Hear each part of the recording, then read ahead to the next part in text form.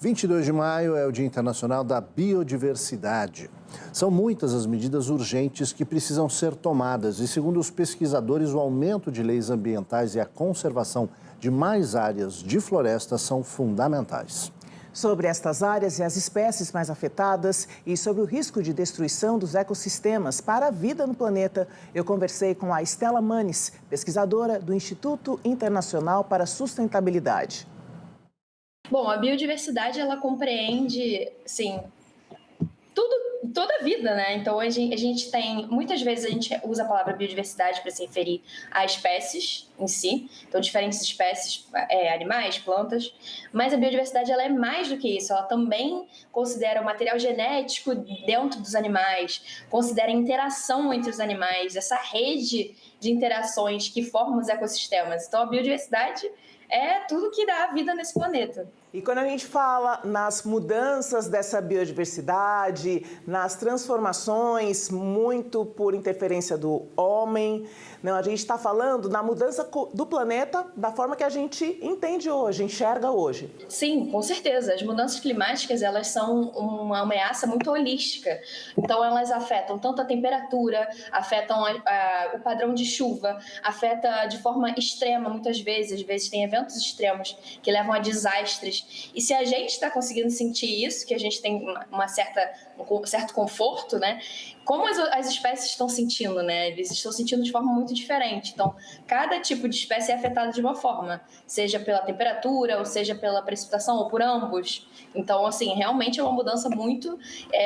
a mudança climática está prevista como sendo a maior ameaça para a biodiversidade até o fim do século, né? Está cada vez crescendo. É possível destacar quais são as áreas ou as espécies mais impactadas hoje? Sim, muitos estudos focam em descobrir quais são essas áreas que são mais impactadas hoje. Então, eu, por exemplo, né, trabalho no Instituto Internacional para a Sustentabilidade, a gente sempre trabalha com o uso de modelagens. Então, a gente prevê como que o clima vai ficar nesse determinado local e como que as espécies podem responder. E aí a forma mais comum de impacto nas espécies é mudanças na sua distribuição. Então o clima desse local mudou completamente e elas vão em busca de um clima mais compatível, que elas aguentem melhor. Então se ficou muito calor demais, elas mudam de região. E a gente consegue observar muitas vezes que as regiões mais afetadas são aquelas mais restritas.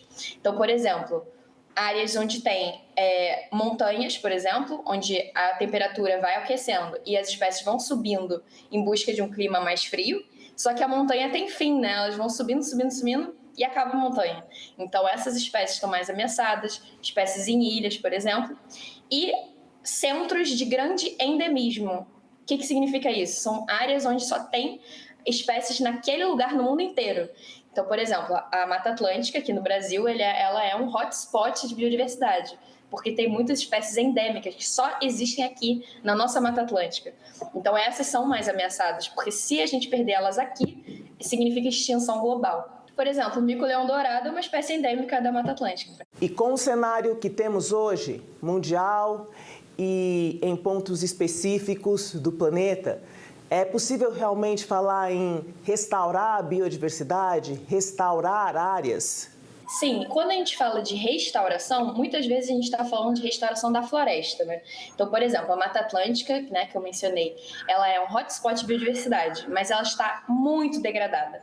Então, quando as espécies precisam mudar de área em busca de um clima melhor, que tem esse fenômeno se chama climate tracking, né? Ela vai em busca do clima, elas não conseguem, porque está tudo desmatado. Elas não conseguem sair de onde elas estão.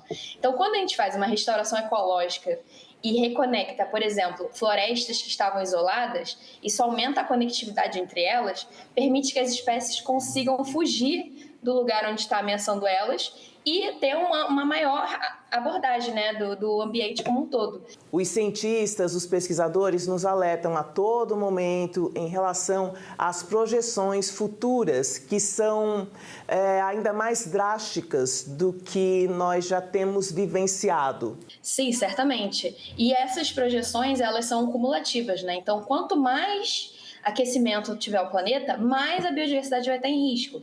Então, tem diversos estudos que mostram que se a gente aumentar 1,5 grau na temperatura, já é catastrófico. Se a gente aumentar 4, 5 graus, aí sim que é um cenário devastador. Mas a gente tem essas estratégias de adaptação que, se implementadas hoje, a gente consegue conter um pouco desse impacto das mudanças climáticas, que, assim, a gente sabe que é inevitável, a gente vai ter o impacto das mudanças climáticas. Agora, como que a gente se comporta para lidar com eles, né? Se a gente tivesse essas estratégias de adaptação, de restaurar as florestas e tal, então a gente vai ter uma melhor forma de lidar com os desastres.